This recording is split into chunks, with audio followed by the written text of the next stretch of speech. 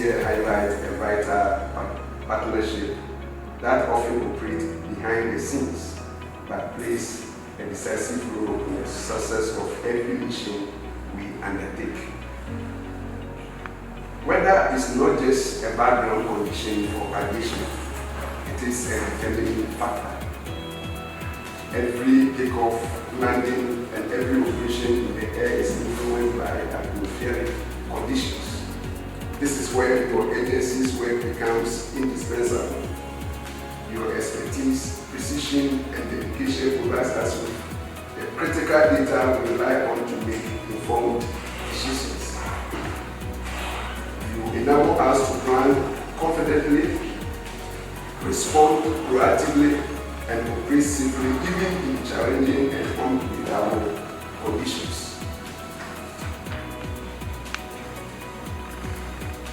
In the Air Force, timing, coordination, and accuracy are everything. A slight change in weather condition can alter mission outcomes. Because of your continuous monitoring and forecasting, we are better equipped to minimize risk and maximize operational efficiency. In essence, you help us maintain readiness and protect lives.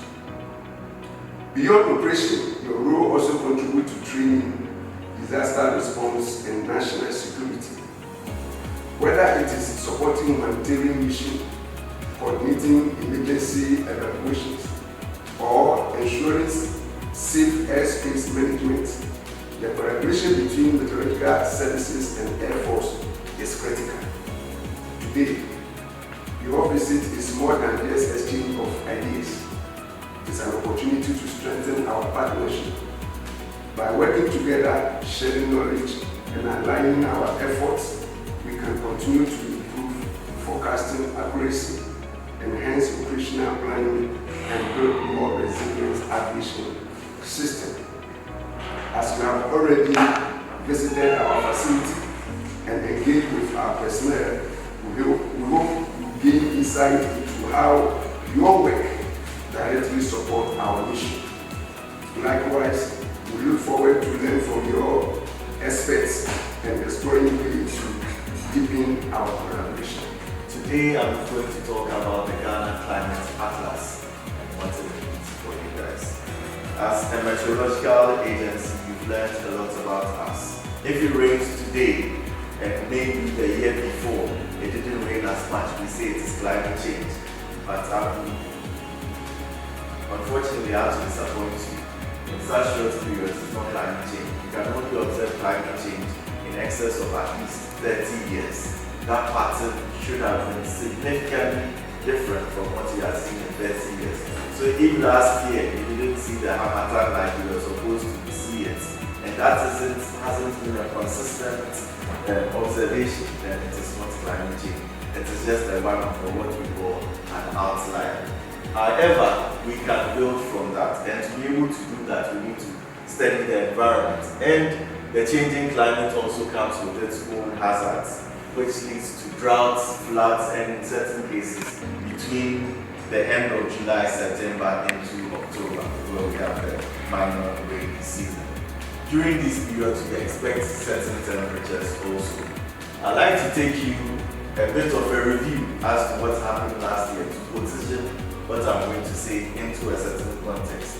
So when it comes to what we observed last year, the national average temperature reached about 28.2 degrees Celsius. And if you look within the past 30 years, this is the second warmest year since 1991. So obviously the temperatures have been increasing. We've seen an increase of about 0.7 degrees Celsius increase. If we keep going that way, will it be tolerable to even stay in certain parts of the country? And the warmest regions that we saw these things were in Nabrongo, Tamale, Kumasi, Accra, and surprisingly you have Takoradi also on that particular list. So if you went out last year and you felt like you were being drenched, it is actually because last year was one of the hottest years recorded in recent histories, and Takoradi was bearing the brunt of that. If we look at the climatologists also, the climatologists is the mean or what is the typical, if you subtract what you normally see from the mean. So if you're observing within the past 30 years, how different is what you're observing now from what you have seen? So if you look at the trend, what you see in green is the average that we've seen over the past 30 years. Globally, when it comes to your nationally determined contributions, so to be able to do that, you need information on climate indicators to do that. And for the universities and all the research agencies, I'm sure you probably have a research wing also within the Ghana Army. Everyone needs some of this information. So all this information is serving different branches, and I think I need to update my slide to put the security services also in there so that you are better situated within my slide. But the idea is to be able to serve everybody that is positioned within this slide and to be able to make informed decision making and build climate. What does this mean for government priority projects? There's a lot of projects and a lot of taglines being moved in and out. There's the big push. There's the investment in health, Bahama gas, education, energy. But what does this mean when it comes to climate? Big push is all about roads. Before you develop roads, you need information on the weather. How much rain, how much is going to be collected, how much runoff. So it's even going to inform the type of drains that you're going to construct, the thickness of the road.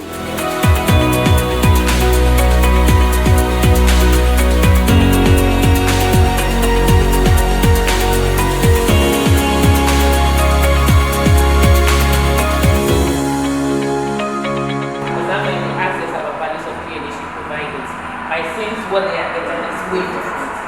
Then we found ways to correct the bit. We got the machine in the office now that corrects that, so at least that aspect was sorted. I think quite recently the visibility was bad that morning, and then the pilot requested if what the cloud base also was, and at least that would determine whether they will still attempt to come and land or not. But it looked like the value we presented still looked as if it was still different. So they had to shoot different approaches where they couldn't have to return back to our track. So we engaged the Met officers, and I think they also expressed some challenges. I think the instruments they need to help with those values.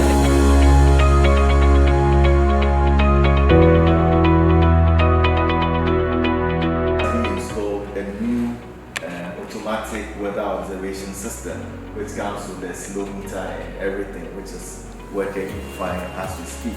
Hopefully this year or next year we are hoping that we'll be able to get similar equipment for Takoradi, for Kumasi, and also for Tamale. But I would assure you that we are not resting. We are making sure that we are putting certain systems in place, and hopefully everything will be granted. So you should take a serious look at that, because I think once your personnel are motivated, it makes making easier for them. Yeah. Yes. So you should look at the personnel base too. It's our humble request. Yes.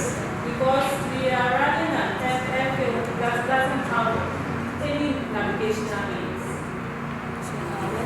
We are not doing ILS. We are doing only our number. So when the visibility is bad, we don't have to, the pilots will have options that we don't have. So we rely on weather more. So we are very.